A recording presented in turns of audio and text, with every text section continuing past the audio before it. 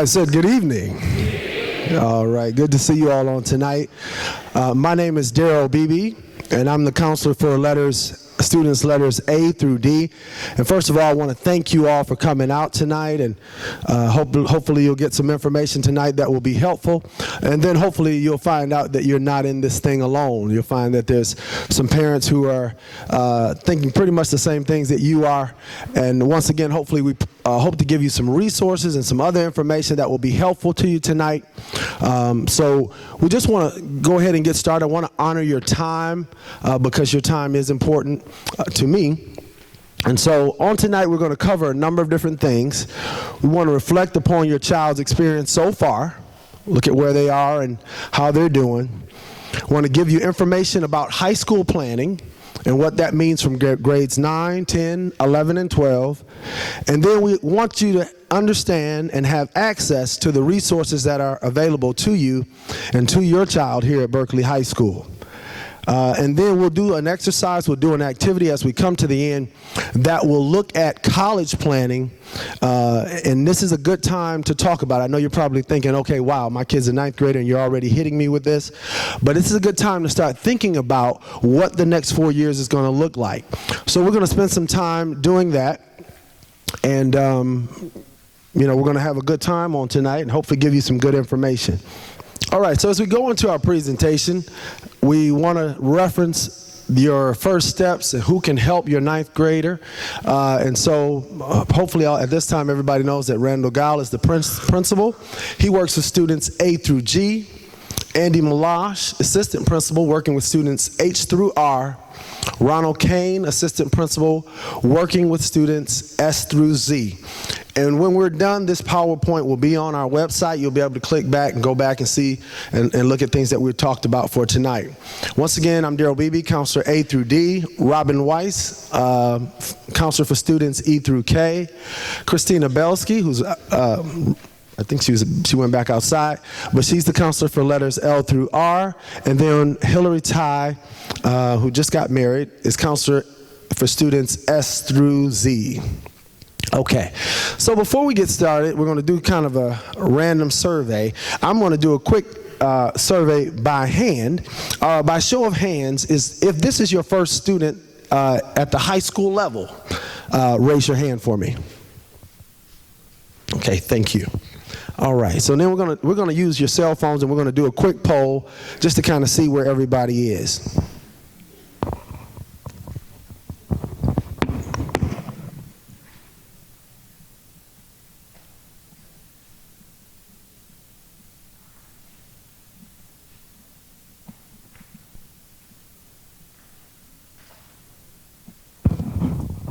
Okay, what I want you to do is, like we tell our kids when we allow cell phones in class to do an assignment.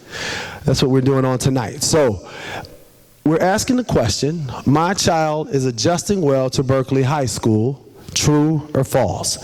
So I want you to take out your phone and text Daryl Beebe 574 to the number 37607.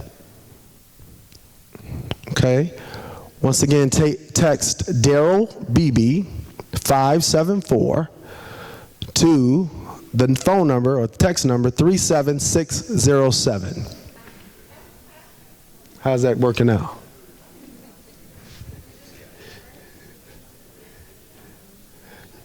So in the text, where you type the text in like you're typing it to somebody, would be 37607. Is that right?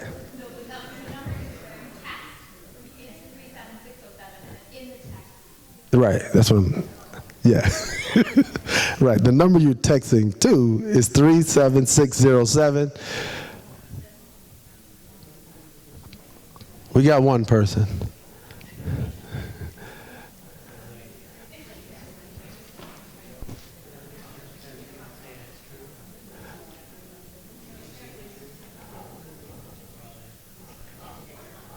All right, it's coming along. Once again, you're texting to the number 37607, Daryl Beebe 574. We're just going to see how that goes.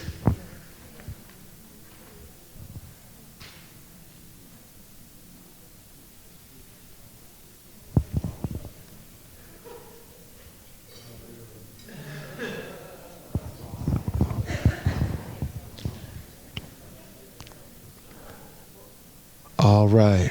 Okay. So that looks pretty good. Our kids are adjusting pretty well. We'll do one more, and then we'll move on in the presentation.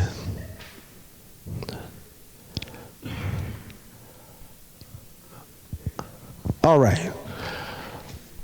So, you'll do the same thing, texting to 37607, Daryl BB 574.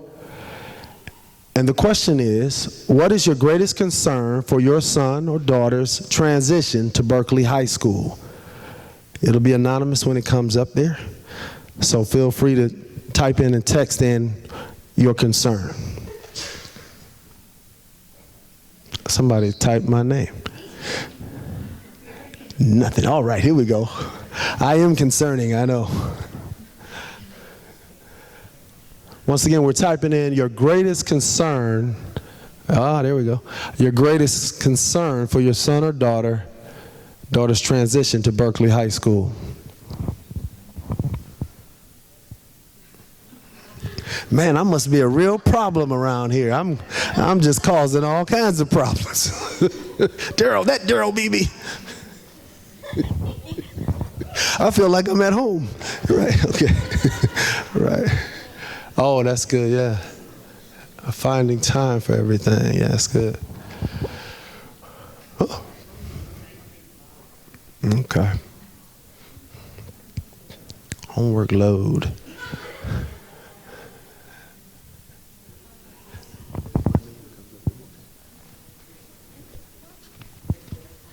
I think it's good too. Just a social change. There I am again. Man. All right. I want to get more. This is really good. Mm-hmm.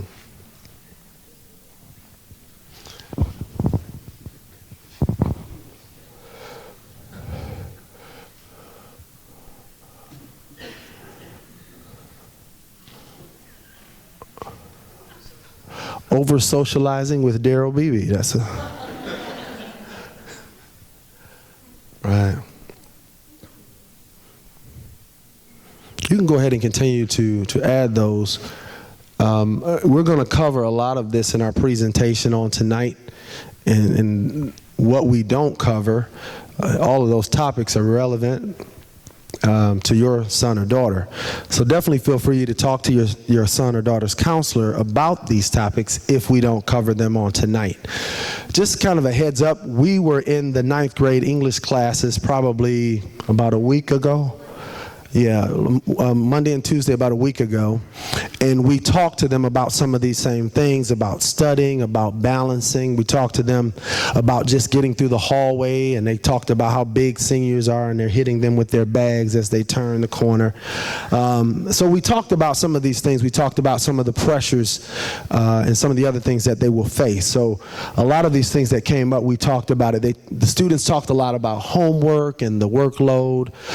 So just to kind of give you all a heads up, we did go in and discuss that, and we talked about it when we sent out our newsletter this week. So with that being said, I'm going to go ahead and turn it over to Christina Belsky. She's going to go through the presentation. I'm going to come back and do another activity with you all, and then we're going to wrap it up. Our goal is to be done hopefully by 8 o'clock, 8:15. All right, Mrs. Belsky. I'll work on that while you. Thank you very much. All right, welcome everyone. We're really glad you can be here. Our goal is to get you out by 8:15. I'm a really fast talker, so hopefully that will help in getting us towards our goal. But if I'm talking too fast, please raise your hand and let me know. So like Mr. Beebe said, we were in the U.S. history classes last week with your students. The packet you received, that white packet, is actually what we gave to them and went through with them. So it might not have made it home to you. It might be in their bag or in their locker. But just so you know, this is what we shared with your children last week. So we'll go through that. Nope. Okay. So what lies ahead? As you know, high school is a journey. It's 4 years. Your children will change exponentially during this time.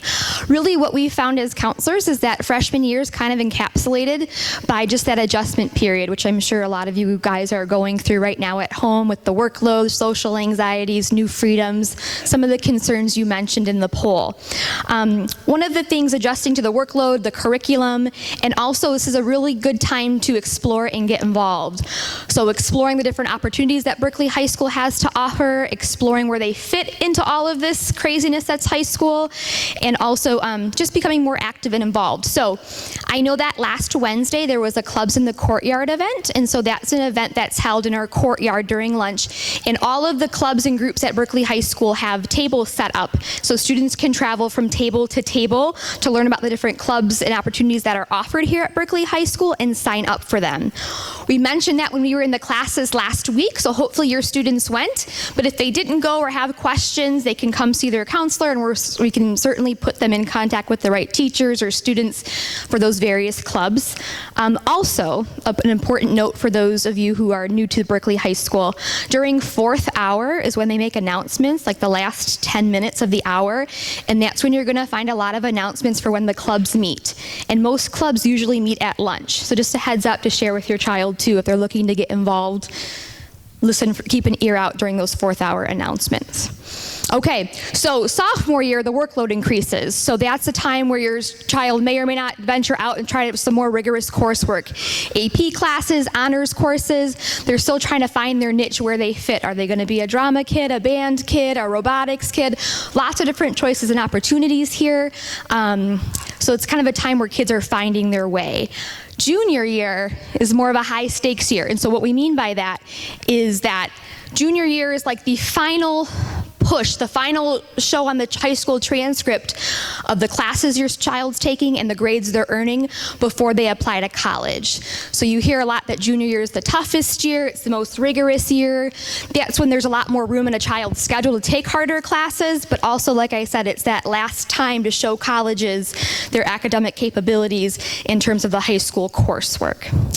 And then senior year is a very busy and very expensive year, but it's a year of like managing and staying on track. So still, if they're taking rigorous courses, maintaining that, keeping that up, and finishing strong, and of course applying to college and all of that fun stuff, which the counselors will be here with you guys every step of the way through that process. Oh, hey, thank you, Mr. Beebe. All right. So what's next is we're going to talk a little bit about graduation requirements. This is something we spent quite a bit of time at last week in the U.S. history classes. So to graduate from Berkley High School, you need 22 credits total, okay? Each semester, you can earn 3 credits. So every year, you can earn 6 credits. So 6 credits times 4 years of high school is 24, Mr. Deeds. Okay, so there is a little bit of wiggle room built in should your child have like an oopsie moment. So there's 2 credits built in for that, so they can still get to 22, meet the minimum requirements. However, if your child, and hopefully this won't apply to anybody, has an oopsie moment, and they don't pass a class that's required by the Michigan Merit Curriculum, they do have to repeat that class and make it up. So what is the Michigan Merit Curriculum, you ask? Thank you, Mr. Beebe. This is the Michigan Merit Curriculum. So these are the classes that the state of Michigan says a student has to have no matter where they go in Michigan to graduate from high school. So part of our responsibilities as counselors is to kind of ensure that your student is taking those classes and meeting those requirements. So as you can see, 4 years of English, 4 years of math, and those 4 years of math are pretty specific in which classes they have to be. 3 years of science, those classes have to be biology, chemistry, or physics, and then a 3rd year of science. So some of the current 9th graders might be in geophysical science. That would count as the 3rd science. They're just getting that one out of the way first. 3 years of social studies, so that's U.S. history, government and economics, which is a year combined course, and world history. There's a half credit of gym, a half credit of health, a full credit or a full year of art, so that can be band, choir, traditional like art, or it could be like nutrition and diet, marketing also can count for art credit. And then there's 2 credits of a world language. So it has to be the same world language. So Spanish 1 and 2, Chinese 1 and 2, French 1 and 2. And there is a handout in your packet that kind of details this in a little bit more detail. Now, I know for some of you who have questions about, like my student already took, Spanish 1 and 2 at the middle school, does that count? Yes. If they earned high school credit and took Spanish 1 and 2 in middle school, that is listed on their transcript and it will count. Some of the more competitive colleges and universities, so like Ivy Leagues, the University of Michigan, they have been telling us they do like to see at least 1 year taken at the high school level. Even though it's a high school class, they want to see 1 year of world language taken during high school. Okay. So now if you look in your handout, you're going to see 2 transcripts. So this is kind of a screenshot of what they look like. If you want to go ahead and reference transcript number 1, this is, and for those of you who don't know, a high school transcript is your student's academic record. So it lists every class they've taken, 9th through 12th grade year, the grades they've earned, and it also will include the cumulative GPA, class rank, and the number of credits earned. So in looking at transcript number 1, what would you say, how would you kind of categorize or describe this student based on what you're seeing?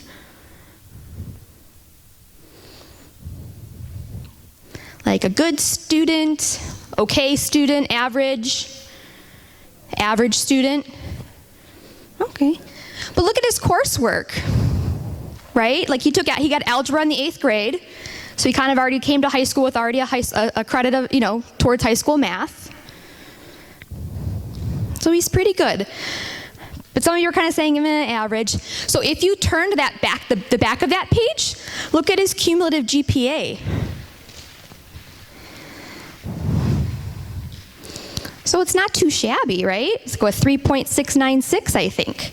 So pretty good. I mean, he took some really advanced science classes, some science coursework. So even though maybe his grades aren't the best, he really challenged himself, in terms of rigor and the types of classes he took. And he also did pretty well in them and started math, with already a credit earned.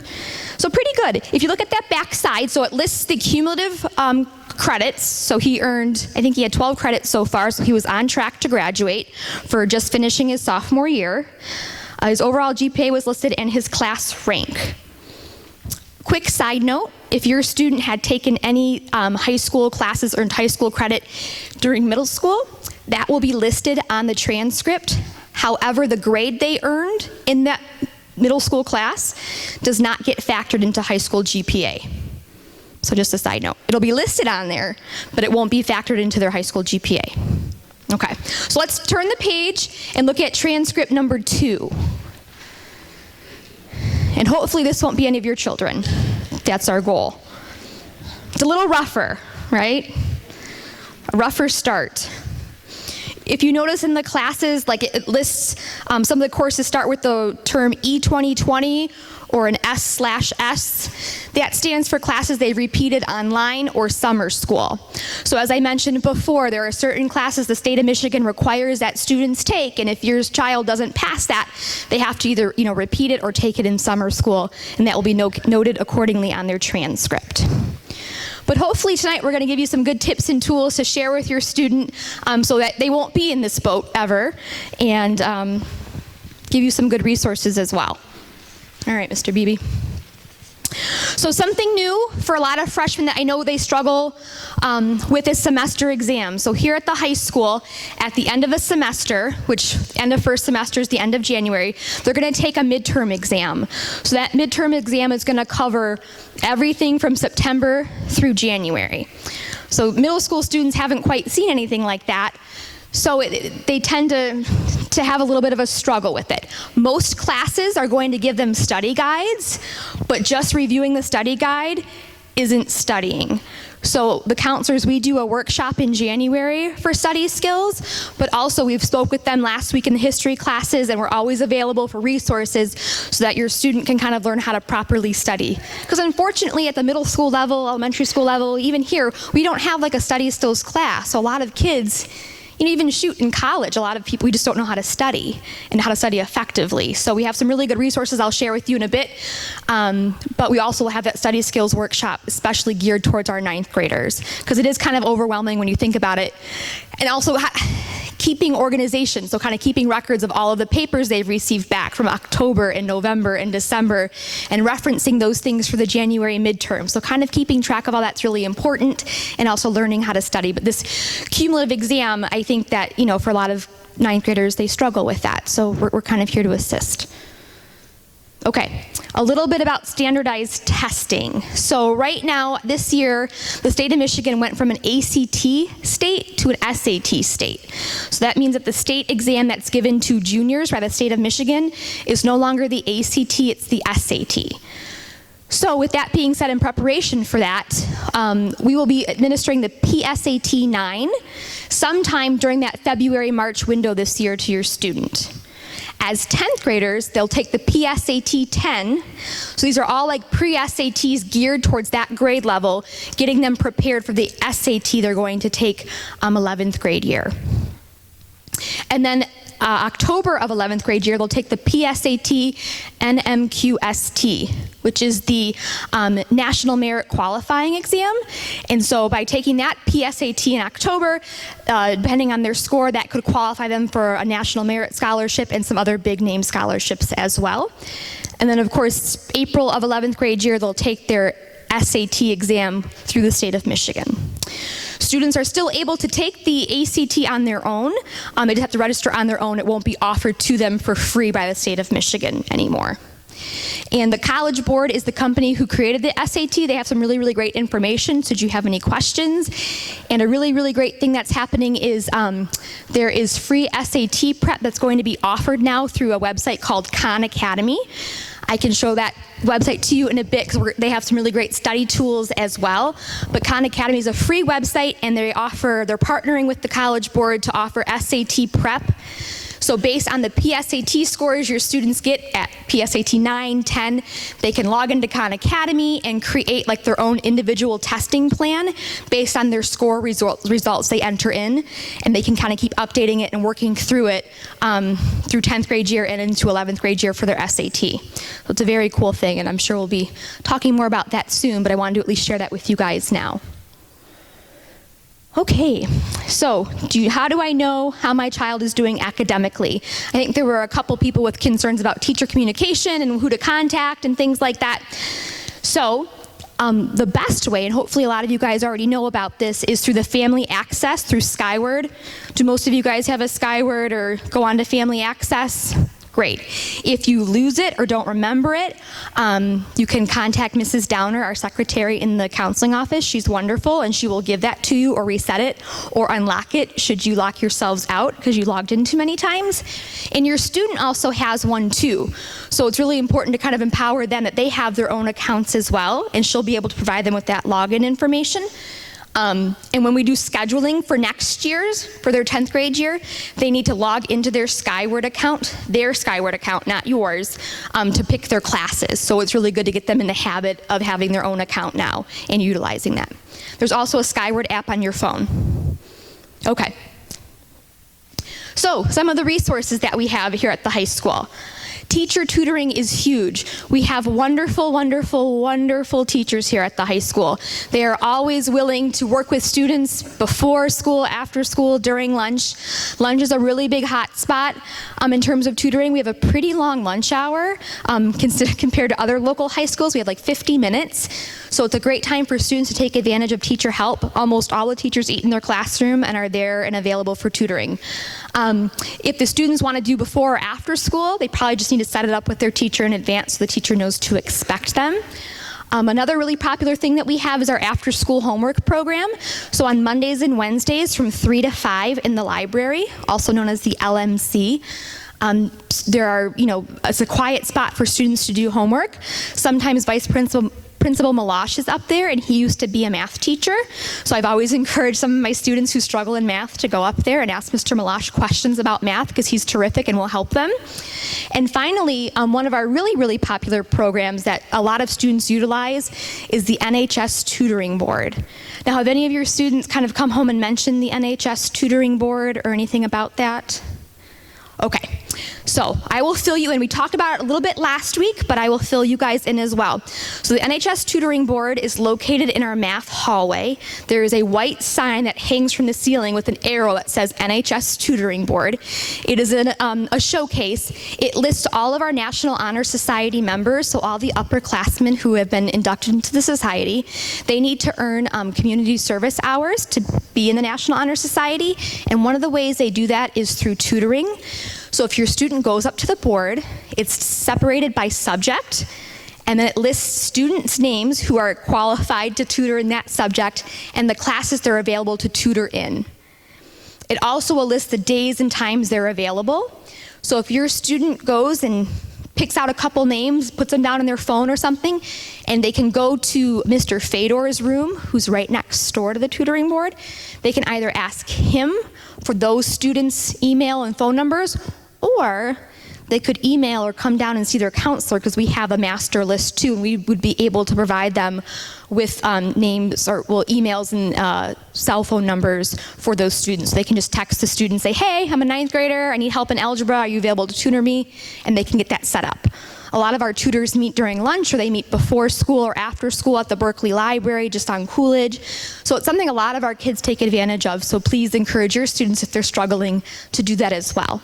And then finally, I will show you Khan Academy, just so you can see the homepage and what it looks like. Oh boy.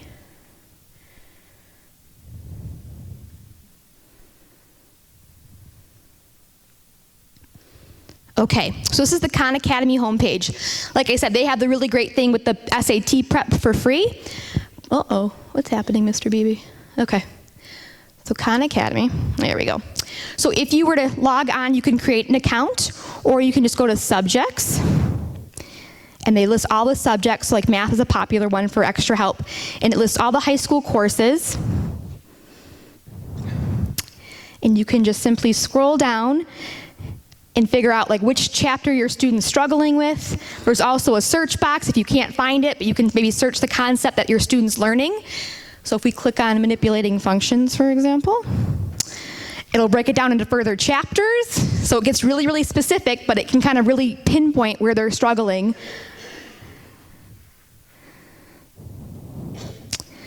So then you would see here an introduction to function composition. They're really brief videos. They're like 4 to 7 minutes long. And at the end of them, they usually give your students some examples of practice problems that they can fill out. And if they need a hint, it will give them a hint. If they're stuck, they can watch another video, and they can also check their answer. So I really like it. A lot of students find it very helpful because it's very quick, it's very direct, and they can do some direct practice and application of that video immediately following. So something we wanted to share with you all.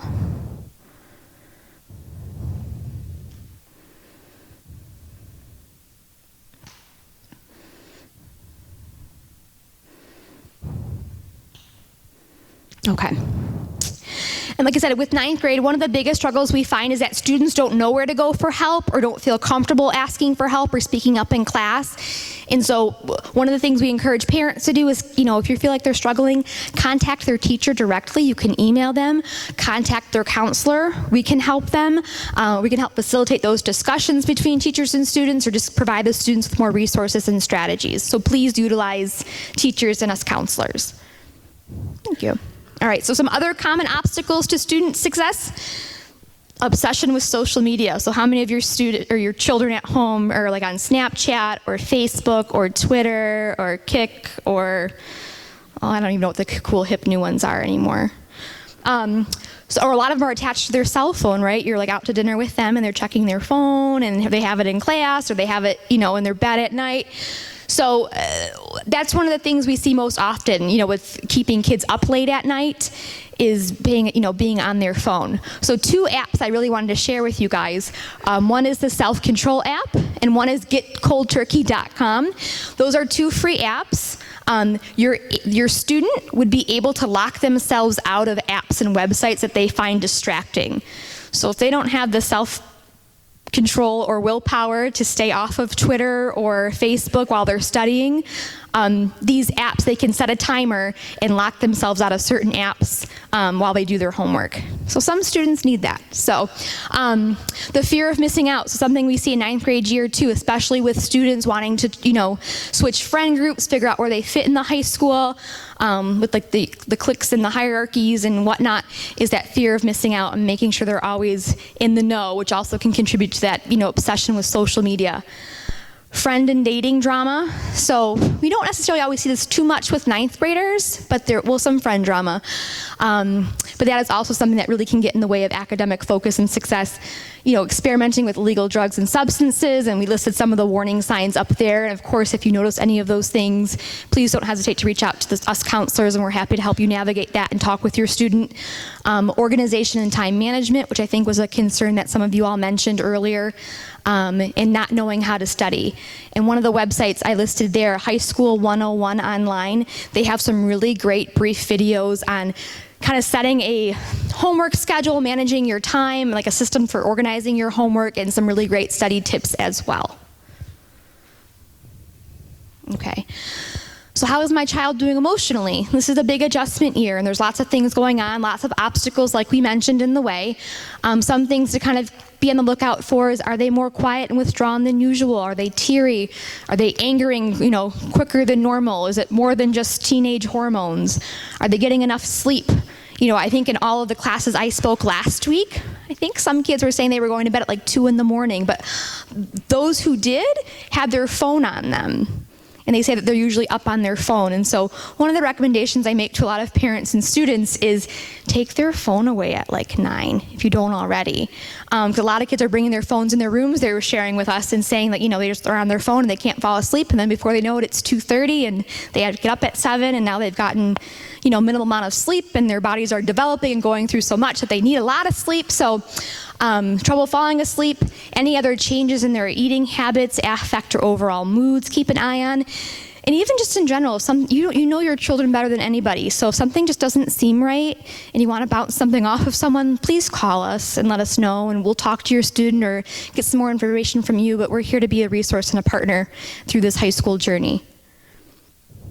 All right, so now we're going to do another activity with Mr. Beebe, but we'll need 9 volunteers, so who's brave enough? All you have to do is stand and hold something, so really it's easy. 9 volunteers. All right. First volunteer, second volunteer, third volunteer. Need 6 more. Come on up.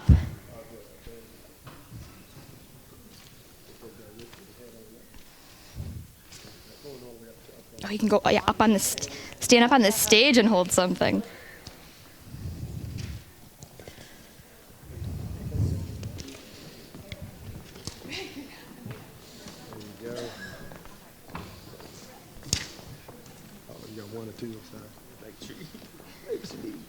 How are you? I just need 1 more. Oh, wait, no, I do have 2. All right, there you go. All right, here we go, and we're off. All right.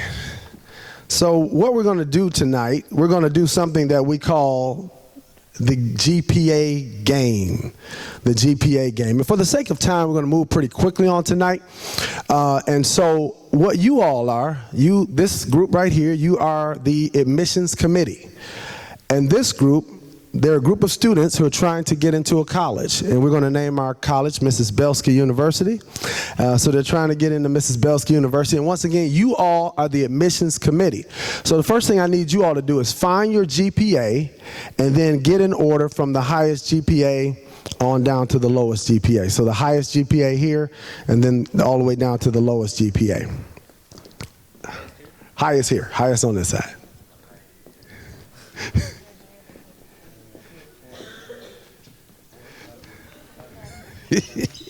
All right.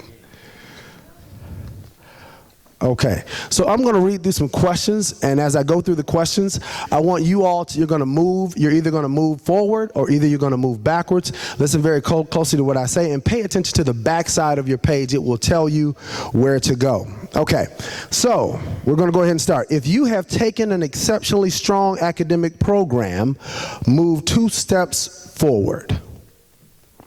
Over that way. In front of those 2 people. Yep, move down 2. Yep. You got it? All right, here we go. Okay.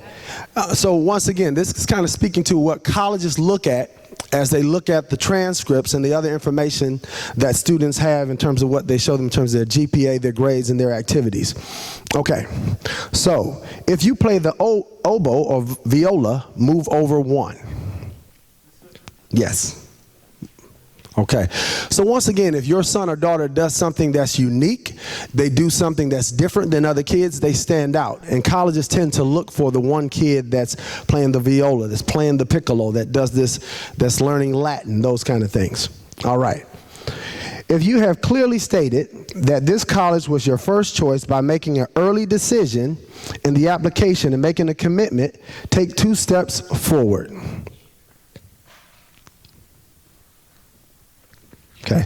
Once again, now early decision is when a student applies to a college and they make a decision that this is the main college I want to go to. They sign an agreement, and that agreement basically says that I am committed to your school. The bad thing about an early decision commitment is that if you make that commitment, you sign the papers. If you don't go to that school can sue you for the amount of tuition. So when it comes to early decision, early action, and we'll talk about that later on, you want to be very careful in terms of what you do. If your intended major is psychology or pre-med, take 1 step back. Okay. Once again, psychology, pre-med, there's certain majors that are very common. And so as kids are in these large pools, if you're picking a pretty common major, that's not necessarily as helpful for you. Okay. If your intended major is Greek, take 2 steps forward. Your intended major is Greek. Going this way. There we go. All right. So once again, it's a different major. If you do not know any of your teachers very well and have trouble finding someone to write your college recommendation, take 2 steps back. Okay. If, when you word process your college essay, you forgot to change the name of the college you were applying to, take 4 steps to the left. To the left, to the left. Everything you own. All right. You're laughing, but a lot of times this is what happens in terms of when kids fill out information, not just for college, but other things. It's very important that they proofread. We hear colleges talk about kids who write and say, I torture all the time. When I get off, when I leave school, I torture all the time. And then when we find out, we check, it's because they didn't check the spell check correctly. And instead of tutoring, they're putting in torturing. All right. So if you are a legacy, your parents or someone went to the school, take 2 steps forward.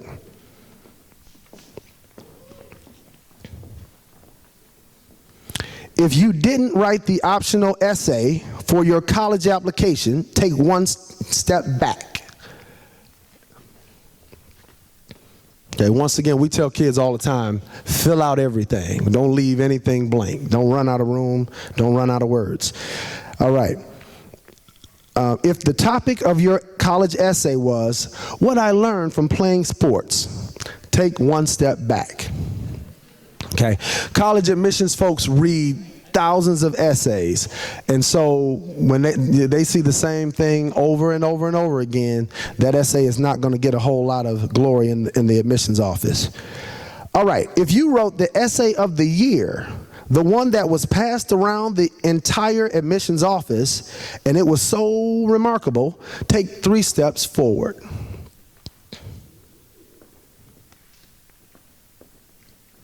All right. So once again, the importance of writing, the importance of presenting themselves well.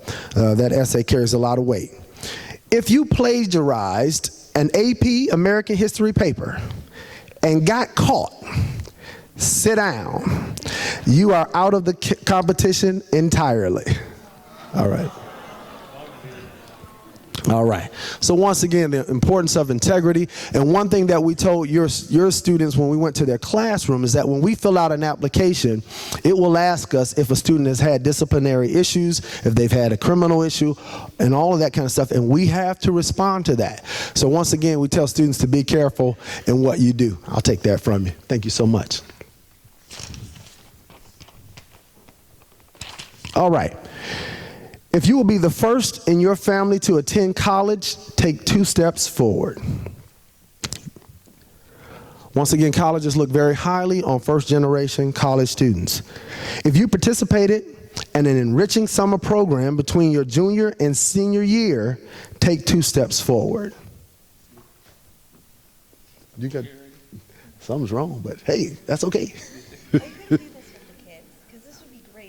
We have done it with them in the past. We haven't done it with them in a little while because a lot of times they've done it at the middle school. Her question was, are we going to do this with the students? So we may find out if because a lot of times we'll do this with them at the middle school, but we'll find out if they have not done it, we may go back to the classrooms and do the GPA game with them again. Okay. All right. So where was I? If you have participated in no extracurricular activities, you came and you left at 3 o'clock, take 3 steps back.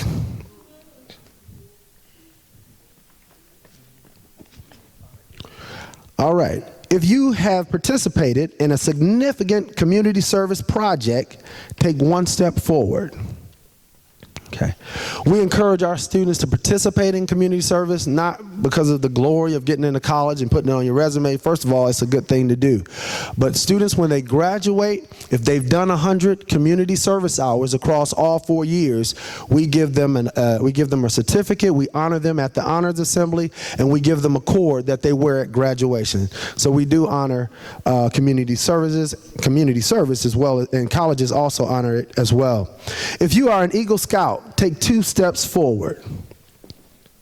Okay, an Eagle Scout is something that's nationally recognized in terms of the Boy Scouts.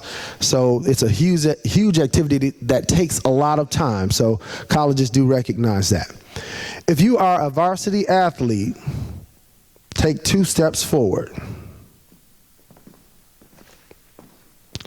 If you are a varsity athlete that took 2nd place at regionals in your sport, move up 1 more. Should be moving forward. Okay.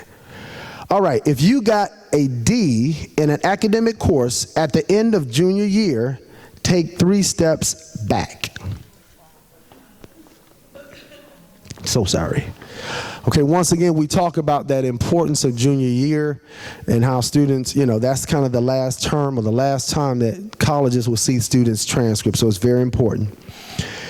If you came to the college information session and introduced yourself to the college representatives, and in the case of the student who just got the D, explain your extenuating circumstances, take 1 step forward.